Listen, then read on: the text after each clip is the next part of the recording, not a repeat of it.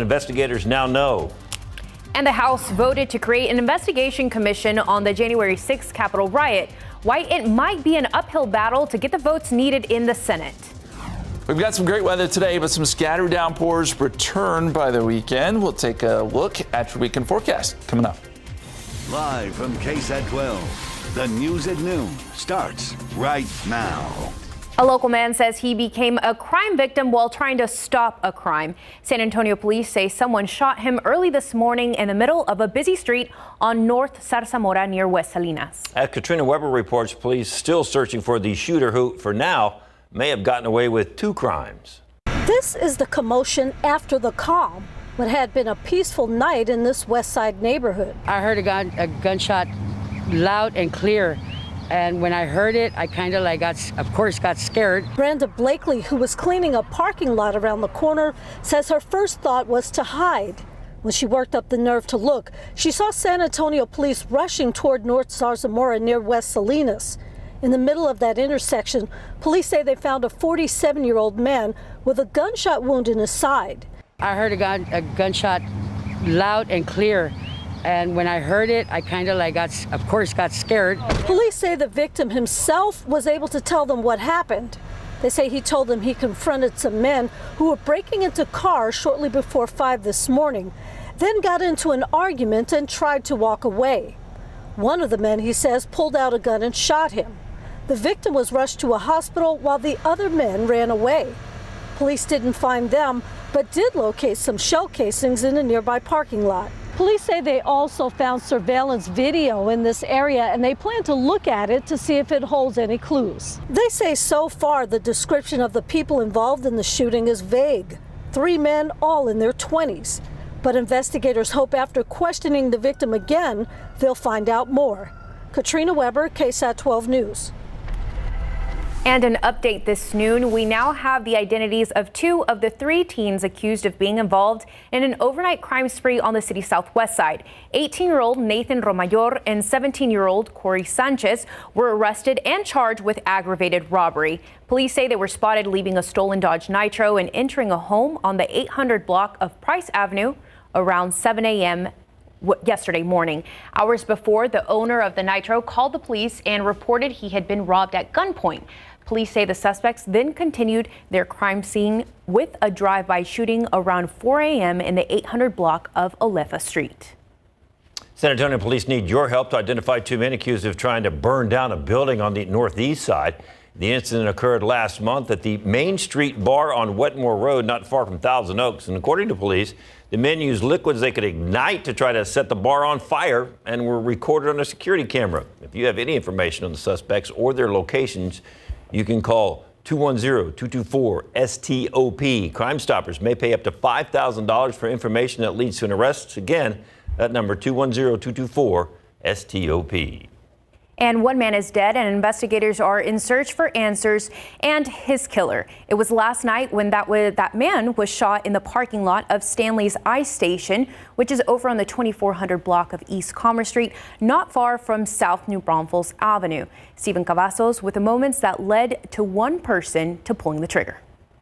This Eastside convenience store is busy with people fueling up for the day, but San Antonio police tell us it was hours earlier. It was the same place where one man took his last breath after he was gunned down. It was just after 11 last night when police arrived to find that man with several gunshot wounds to the chest. It's not clear if that man was a customer of the store. However, there was a large gathering of people in that area at the time shots were fired. SAPD arrived shortly after and were told that officers had to control the crowd. Some witnesses were taken in for statements. Investigators are searching for a black sedan that was seen driving off from the scene. Now, a resident who lives nearby did tell police that his house was shot at the time all of this occurred, but there was no other injuries that were reported. The Bexar County medical examiners have not released the victim's name. Stephen Cavazos, KSAT 12 News.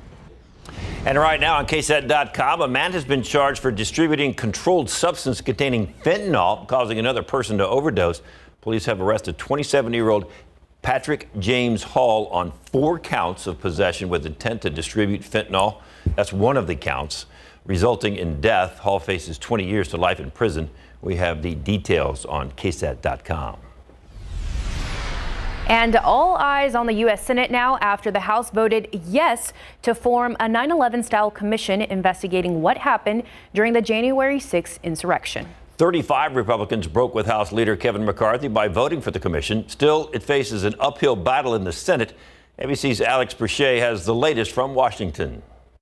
The fate of a bill that would create an independent commission for the January 6th attack on the Capitol now rests in Senate hands. The bill is passed. Despite a majority of Republicans in the House voting against it, the bill passed yesterday with bipartisan support, 35 Republicans joining Democrats. In a fiery speech, Congressman Tim Ryan called out Republicans who voted no. We have people scaling the Capitol, hitting the Capitol Police with lead pipes across the head, and we can't get bipartisanship. But GOP leadership put pressure on Republicans not to support it, calling the bill slanted and unbalanced. It's not at all clear what new facts or additional investigation yet another commission could actually lay on top of existing efforts by law enforcement and Congress. But Speaker Nancy Pelosi released a letter she says listed House GOP leader Kevin McCarthy's demands for the bill, which she says Democrats agreed to. Bipartisan negotiations have also been ongoing for months. Republican Congressman John Katko led those talks for his party. The American people expect Congress to put partisanship aside for the sake of our homeland security. The commission would be equally composed of 5 Democrats and 5 Republicans, and both parties would have subpoena power. Some have suggested McCarthy, who called Donald Trump during the Capitol siege, could be called to testify. Republicans in both chambers are trying to erase the memory of January 6th and perpetuate the big lie. For this to pass in the Senate, Democrats need 10 Republicans to vote along with them. But the amount of Republican support in the House surprised many, and they hope that momentum continues when the Senate votes. The fact that those 35 Republicans in the House have joined forces with Democrats might change some minds. If this fails in the Senate, Pelosi has a backup plan, signaling she could create a select committee comprised mostly of House Democrats with the same subpoena power. Alex Perche, ABC News, Washington. And changing gears, coming back here home, Fiesta event, a night in Old San Antonio, has announced what pandemic-friendly changes it will be making this year. NIOSA officials said a limited number of tickets will be sold for each night to allow for social distancing. Those tickets will also only be sold online. The event will have a touchless and cashless pay system with a Blast Pass wristband. Officials also said they will not be requiring masks for fully vaccinated individuals. Those who are not vaccinated are asked to wear a face covering. St. Mary's will be the first university in Texas to embrace test-free undergraduate admission. That means no more SAT and ACT exams. The school says the change will be permanent, beginning with the fall of 2022 applicants. But there is no question these incoming students will be just as qualified as any other. Tony Sauter, the director of undergraduate admissions, saying, quote, "I'm incredibly proud of our first full test optional year. The incoming class is as exceptionally qualified as it has been in the past," end quote.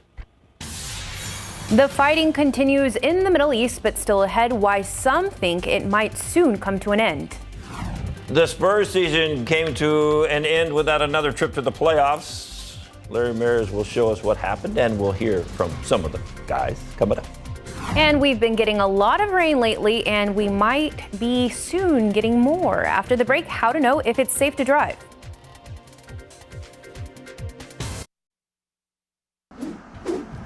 Welcome back, and we're getting a break from the rainy weather today, but it won't last forever. So what should drivers know if they encounter rain or floodwaters while traveling? Traffic Authority Samuel King has the answer for us. Staying home during extreme weather is always best, but if you must head out, here are some tips. First, we say it often, but slow down. If it's pouring, slow down even more. Don't use cruise control. The chance of losing control of the vehicle increases when you do that in wet weather. And third, of course, turn around, don't drown. But if you manage to find yourself in floodwaters, Josh Zuber with AAA Texas says avoid the temptation to start your vehicle. The reason for that is that floodwaters, they're corrosive and contain debris that could enhance any damage that a car already has received as a result of taking on water. So in some cases, vehicle can be salvaged by drying it out, but starting a car in flood waters can send water into the systems that may not have otherwise been affected by standing water. And Zuber says you should wait to have your vehicle towed out of those floodwaters and then see if it can be salvaged. Also, proper maintenance ahead of an upcoming storm is important. Things like checking the tires, windshield wipers, and lights. Samuel King, KSAT 12 News. Outside with live cam, we've already had some extreme weather the last few days, but will we get any more extreme weather in the next few days? Could be some showers and storms coming up, but nothing like what we saw earlier this week. That's the good news there. And today is gorgeous. Really nice outside. After starting off in the 50s this morning, we're already getting up near 80 degrees. The aquifer is up 0.2 of a foot to 666.2. And your pollen count, mold still high. It's at 6,700, but down from where it was yesterday. Grass is low. We're going to talk about that weekend forecast. Plus, NOAA just put out their hurricane forecast. We'll pass that along to you coming up.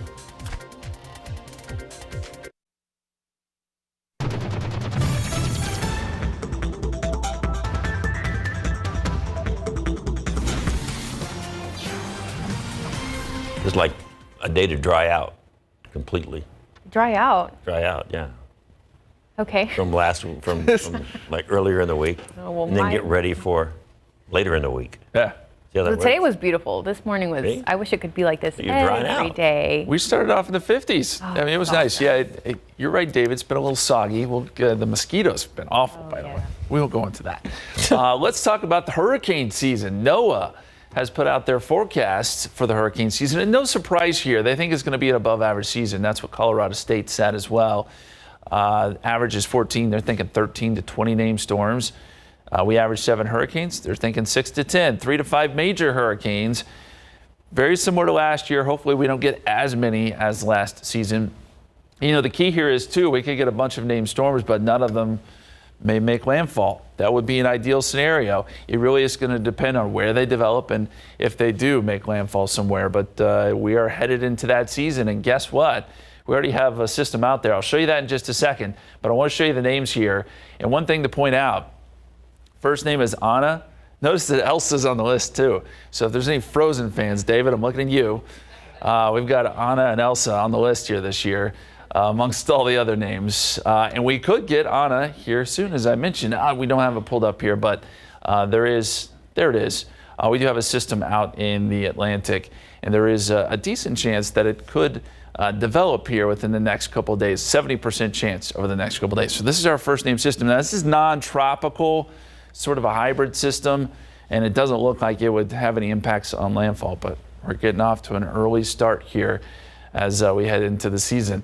Okay, let's take a look at the satellite picture and show you what's going on here. Mostly clear skies over Bexar County. Some clouds up around New Braunfels and Gonzales. Temperature-wise, 76 at the airport, 75 Randolph, 76 in New Braunfels, 79 in Pleasanton, 77 Carrizo Springs, and 80 right now in Cotulla. So things starting to warm up out west. Dew point tracker shows that dew points are going to be not too bad today. We're talking 60s, but they do begin to jump up as we get into the weekend.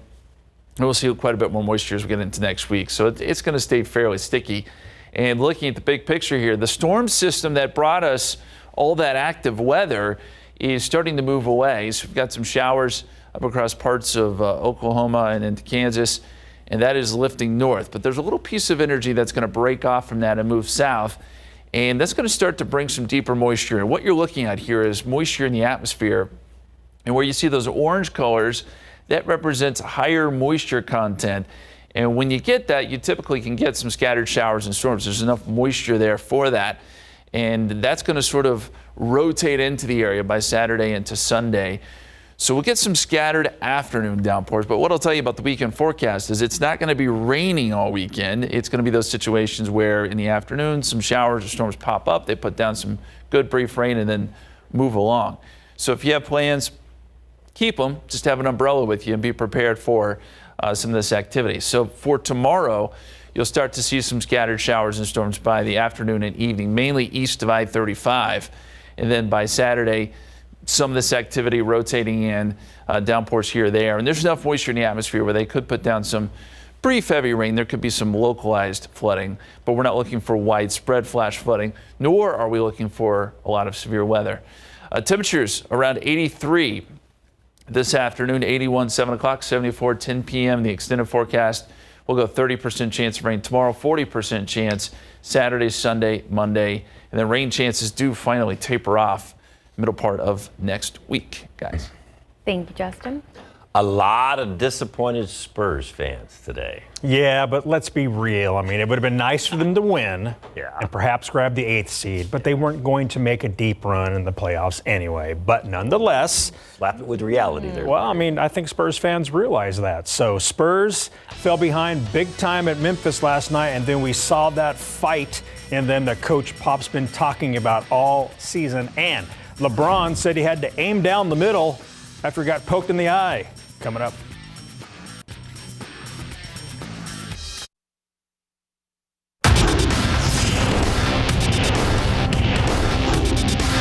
But like I told him in the locker room, I don't know if I've ever been more proud of a team that just doesn't quit. No matter what the mistakes, no matter what the circumstances are, they really fight. And that fight Pop is talking about was on display last night in the Spurs' season-ending loss in big board sports. Memphis hosting San Antonio last night in a play-in tournament, and the Grizzlies jumped all over the Spurs in the first quarter, leading by as many as 21 points. I mean, they certainly had it going on. Dillon Brooks led the Grizzlies with a game-high 24 points, and he played excellent defense on DeMar DeRozan, who made just 5 of 21 shots. Brooks was the head of the snake. Now, the Spurs would fight back, and they would take the lead 83-81 on this Keldon Johnson 3 with 6:55 left in the fourth quarter. But Memphis would take the lead back for good on this Brooks driving layup, 85-83. Memphis and the Grizzlies take it 100-96. The Spurs' wild season is over with. Unique, roller coaster, weird. I think them 3 things that definitely sums up the season. It was definitely daily challenges. We was one of the teams that got hit by the, COVID bug. A lot of things, it was just a unique thing that we had to continuously make adjustments on every single day throughout this whole season. Spurs never gave up, trailing by 21 points more than once, and they took the lead twice in the fourth quarter. That fight Pop talked about helped the Spurs make the game more respectable at the end. As you can tell, the group, we kept fighting. Our coaches, they kept fighting. And we got back in the game and we made it a ball game. And coming down the stretch, we didn't hit shots like we wanted to. We didn't capitalize like we wanted to. But we kept fighting. And, that's all you can ask for. The Staples Center in Los Angeles was the site of the other play-in game last night between the Lakers and Warriors. Three-point ace Steph Curry showed he has game inside as well, driving in for a reverse layup, high off the glass and the foul. He scored a game-high 37 points as you look at that one more time. Late fourth quarter, tied at 100. The ball goes back out to LeBron, and his 34-foot three-pointer over Curry is good, and that turned out to be the final bucket of the game. Lakers come back from 13 down to win 103-100. Here's James on his game-winning triple. The first thing I did when KCP kicked it out, I looked at the shot clock. I saw it was I had to get it up, at least get up on the rim. Second thing I saw was 3 rims. From being poked in the eye on that previous possession when I drove to the hole and then in transition. So I just aimed for the middle one. I practice enough. I work on, my game, and I was able to the man above, and through a lot of practice, I was able to drain it. With the win, the Lakers earned the 7th seed in the West and will face number 2 Phoenix in the playoffs. The Dubs will host the Grizzlies tomorrow night for the 8th seed and the right to face number 1 Utah in the first round of the postseason. Just aim for the middle one. Aim for the middle one. From 20... 34. 34? 34 feet. Yeah. Good luck. And still ahead, we all get a little stressed out sometimes, but it could have a serious impact on your health. Still ahead, how to manage your daily stress. And Twitter has changed its photo cropping system. We'll tell you why in your consumer news. And your teen is another year older, which could mean they're ready to hit the road. From used to new, coming up at 5, we'll break down the best cars to buy for teen drivers. That's today after Entertainment Tonight.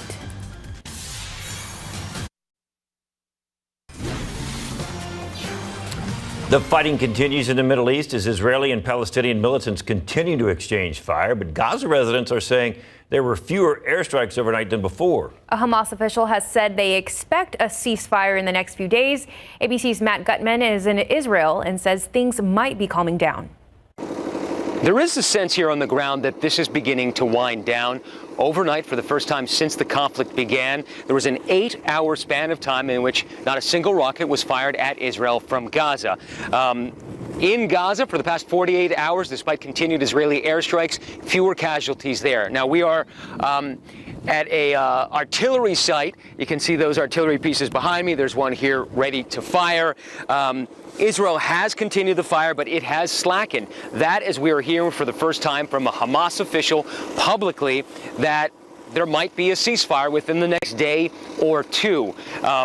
Still, we just had a rocket land not too far away. The sirens were sounding. We dove for cover over here. And that is very typical in this conflict, which I've been covering for about 20 years now.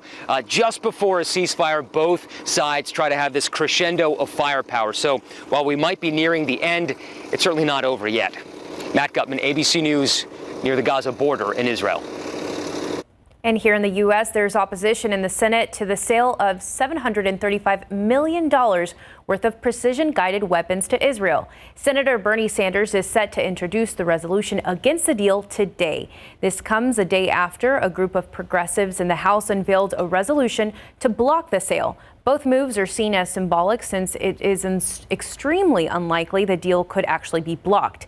Instead, the measures are designed to put the pressure on the Biden administration to take a stronger position in the Middle East conflict. The U.S. is currently in a 10-year commitment to provide $38 billion in military aid to Israel between 2019 and 2028.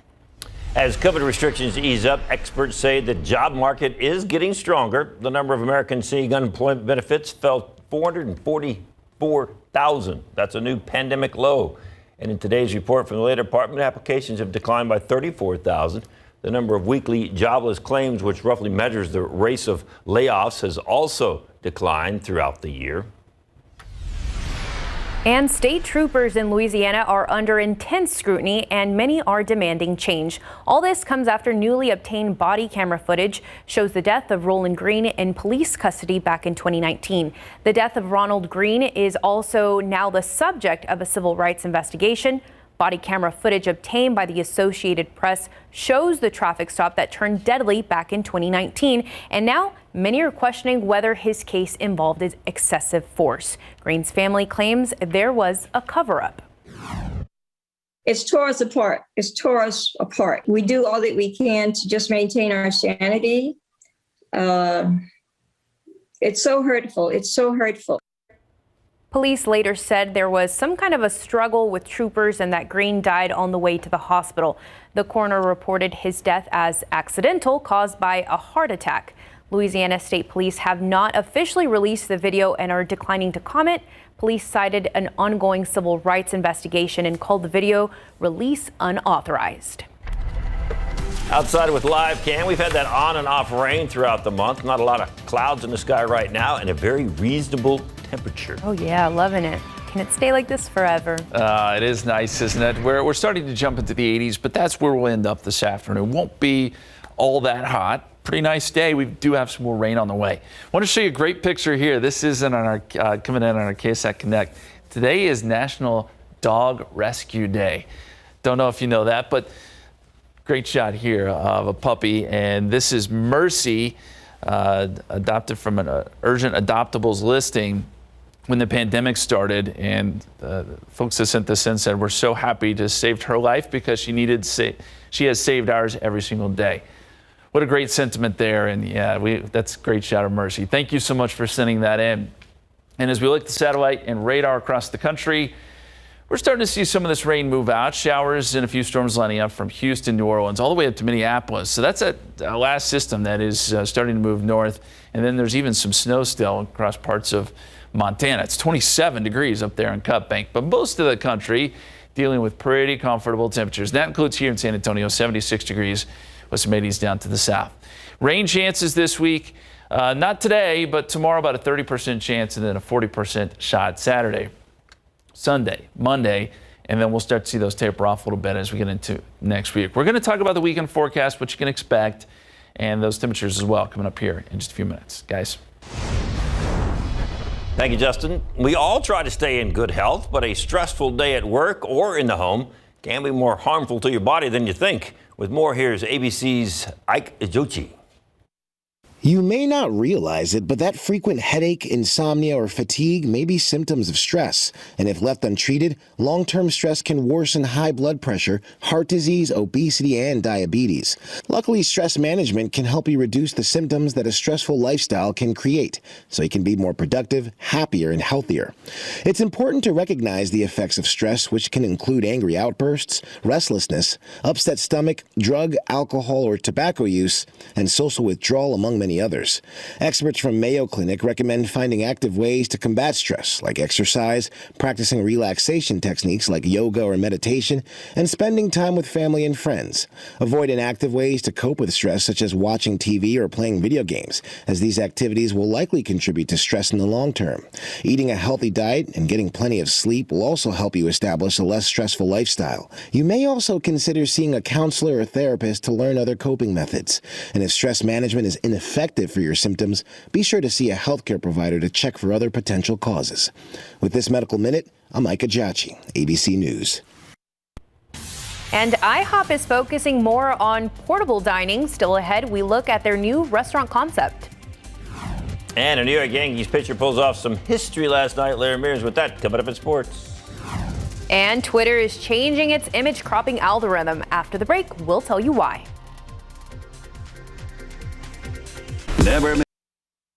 Never miss a story. Watch live or when you want. San Antonio's latest news and weather. Streaming free on KSAT TV.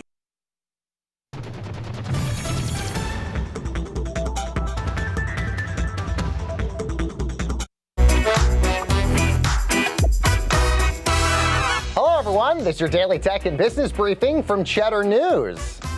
Ford revealing their new F-150 Lightning, an electric pickup truck that will start at just $40,000. The truck will have standard all-wheel drive and will offer a range of up to 300 miles of charge. The big shock is that low price tag, one that undercuts many of the smaller electric vehicles on the market today. The first deliveries of the F-150 Lightnings are not scheduled until next year, but reservations are available for just $100. Meanwhile, supermarket chain Kroger is the latest store to lift their mask mandates. Fully vaccinated customers no longer need to wear their masks in those stores. The mandate is also lifted for most vaccinated associates in Kroger's distribution centers, plants, and offices. The mandate will only be enforced in states that have yet to lift their mask mandates. And Spotify announcing a new virtual concert series. This features live streaming performances, and it'll only cost you $15. The virtual concerts offer fans who are still hesitant about in-person concerts another way to enjoy their favorite artists. Tickets for the concerts already on sale now. And that's your Cheddar News Business and Tech Update. I'm Baker Pachado coming to you from Cheddar Studios in Lower Manhattan. Also in your consumer news today, Twitter largely ditching its image cropping algorithm after it determined it was biased. Some users complained the automatic system had a preference towards showing pictures of white people in previews of tweets. Twitter says it then did a search study and found the algorithm favored white people over black people and women over men. Twitter has now dropped the algorithm on its mobile app, showing uncropped full-size image previews instead, and the company plans to dump the algorithm on the twitter.com website in the next few months. And iHop is getting ready to debut a new restaurant concept. The restaurant has been teasing its Flip concept since 2019, but the pandemic delayed it. The idea behind Flipped is it offers easily portable food that is only available to go. Its menu includes simple breakfast items like pancake bowls and egg sandwiches, which sounds so good, and also some lunch and dinner options. The first Flipped opens in New York this July, and the concept was originally designed for densely populated cities, but that's of course changed. iHop says delivery and takeout orders now account for 30% of its orders. So you can expect to see Flipped hit suburban areas very soon. Microsoft saying goodbye to its iconic web browser. The tech giant says it is ending support for the Internet Explorer 11 next year. Internet Explorer debuted back in 1995 and was once the most used web browser. But Microsoft said Internet Explorer is now slow, less secure, and is no longer compatible with many modern web tasks. Windows users will still have access to Microsoft Edge, the company's modern browser. Edge is based on Google's open source Chrome code and has gained traction in recent years. Support for Internet Explorer 11 will end on June 15, 2022. Your mind is blown. Yeah, that's a lot of tech stuff I just had right there in that segment. And, I need to sit down now. I'd forgotten about Internet Explorer. Yeah. I'm a Chrome guy. But anyway, as we go outside, you got blue skies now. It is gorgeous out there. 76 the high so far, 59 the low this morning. That was a great start. About 10 degrees, 9 degrees below average. The record height today is 100, set back in 1996. So it shows you how bad it could be. We're going to be sitting pretty today. Some rain chances, though, kick back in by the weekend. We'll take a look at that forecast coming up.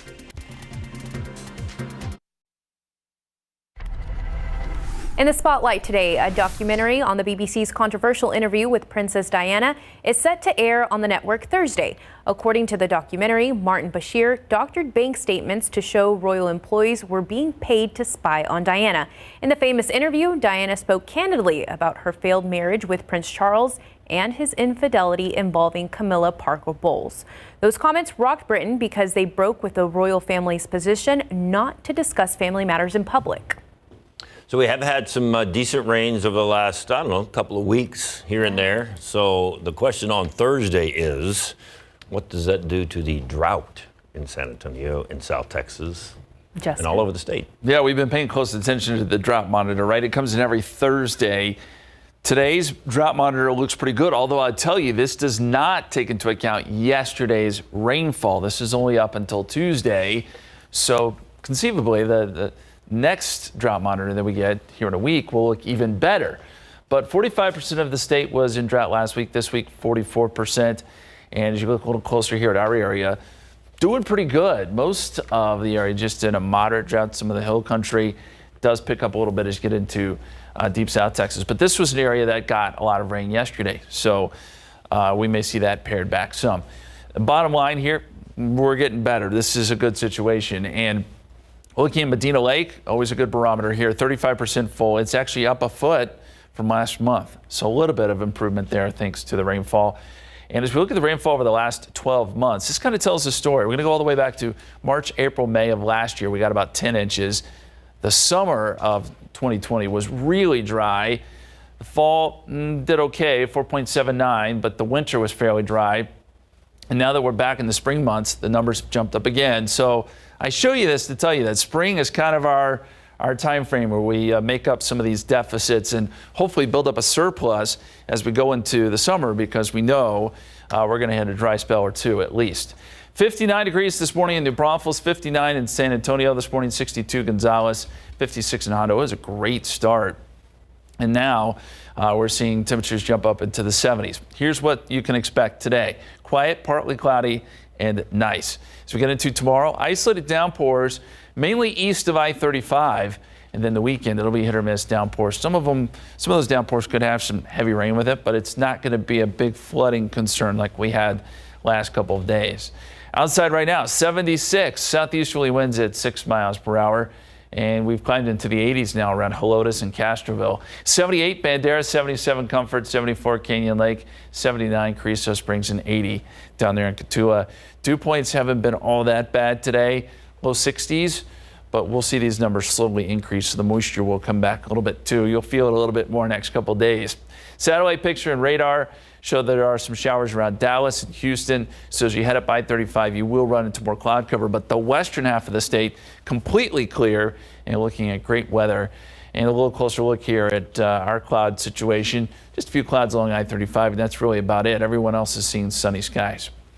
So the forecast It does call for quiet conditions today, but as we jump into tomorrow, this is 8 p.m. tomorrow evening, showers and maybe a couple thunderstorms starting to develop east of I-35. That's where most of the action will be tomorrow.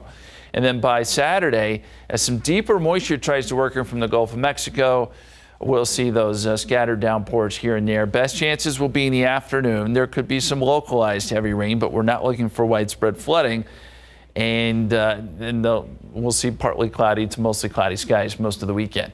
83 degrees today, 81, 7 o'clock, 74 by 10 p.m. And the extended forecast will go 83 tomorrow, 30% chance of rain, 40% chance Saturday, Sunday, Monday with those scattered afternoon downpours. And then the rain chances do start to taper a little bit by next week, guys. Thank you, Justin. So two of us have been around long enough to witness what history was made last night with the Spurs, and two of us just we didn't know it happened. We didn't know it existed. Yeah, it's weird. Where'd the Spurs go? They made the playoffs, 22 consecutive seasons, right? But then they went 45 straight seasons without missing the playoffs 2 consecutive years. So that's pretty darn impressive for the Spurs. So you guys guessed the two that were here and you weren't. Yeah, right. And you know what? Spurs young gun, Devin Vassell, says the Spurs will not miss the playoffs again. And Aggies head football coach Jimbo Fisher was in town. You'll hear from him coming up.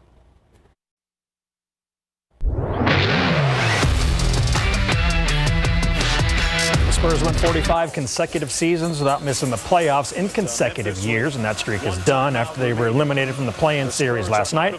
Now missing the playoffs 2 years in a row. Devin Vassell told Kelvin Johnson this is the last time they'll miss the postseason, and he agrees. Definitely. I think 100%. I feel like we hungry, and we ready to get back to it, And it's not a good feeling not making the playoffs. I can tell you that. Spurs finished the season 33-40. Aggies head football coach Jimbo Fisher stopped by the Alamo City for his annual address to the San Antonio A&M club, although it was more difficult than expected. That's because the plane that was supposed to shuttle him to Tejas Rodeo, where the coaches' night was being held, was grounded in Beeville due to all the rough weather. So coach and his crew had to drive from College Station and then turn right around and drive back after his address because he had a meeting early this morning. After leading the Aggies to their best finish since 1939 as number 4 in the country, how in the world does he plan to top last year's 9-1 finish? You can do it. You got to do it again and do it a little bit better. You got 3 more spots you got to climb, but you got to develop that team again, and hopefully that culture carries over into this team. Was that the toughest year you've ever had to coach at any level? Without a doubt, by far, because of the unknown, and you didn't know the answers to the unknown. And there was nowhere to find them. You know what I mean? You just had to go day by day. Fisher went viral following his comments to the Houston Touchdown Club this month when he said he will beat Nick Saban's blank while he's at Alabama. An even bolder statement when you consider Saban is 23-0 against his former assistants.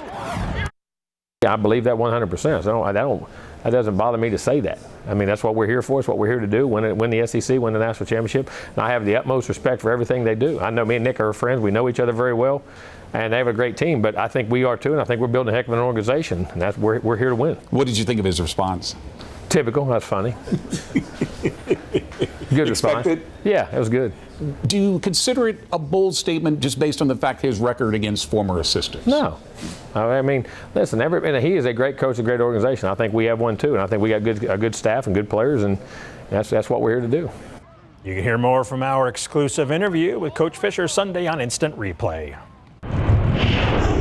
New York Yankees pitcher Corey Kluber no-hit the Texas Rangers in Arlington last night, the Major League's 6th no-no this season and the 2nd in 2 nights. It's the 12th no-hitter in Yankees history and the first since David Cohen's perfect game against Montreal in July 1999. The Yankees win 2-0. It's not all that often, I guess, so you get to be a part of something like that. And so I think, I think that for the other guys to say how much it meant to them to be a part of it was definitely something that was special to me. I think that it'll go down as a no-hitter in my name, but obviously it takes the entire team to accomplish something like that. And the Astros beat the A's 8-1. I'll give Fisher credit. He said it, and he's sticking by it. Well, Nick Saban's going to have to lose to an former assistant one day, so maybe the day's coming soon. Maybe so. I'm sure Aggie fans would love that. Thanks, Larry. Wouldn't know. You know what I'm wondering? is what Mike and Fiona are getting into today. What are y'all eating? There's a big bowl there again. There's always Look big at bowls on this. This. We are celebrating Asian American and Pacific Islander Heritage Month with some wonderful food. And Teresa Bautista, owner of Filipino Licious, joins us. And you brought some great entrees and a dessert. Yes. Okay. Tell us about the chicken adobo, because that is the equivalent to, because that's like what kids would eat for lunch, right? Yes. So that's a traditional Filipino dish. So when I come home, my mom always make that dish, and it's always a go-to food at home. Yes, because that's what the kids like bring to lunch. You eat a hot lunch, lunchbox. You know, in your lunchbox. Okay? And I got my stash of lumpia right down here. You are still eating the lumpia Shanghai. Yes. Okay. You always say you have there to may bring not about be any left. 5 million of them to a party. If you make one, you make 5 million. They're like chips. Hey, we're heading over to the museum. Jen is over there, and a great new exhibit. How you doing, Jen?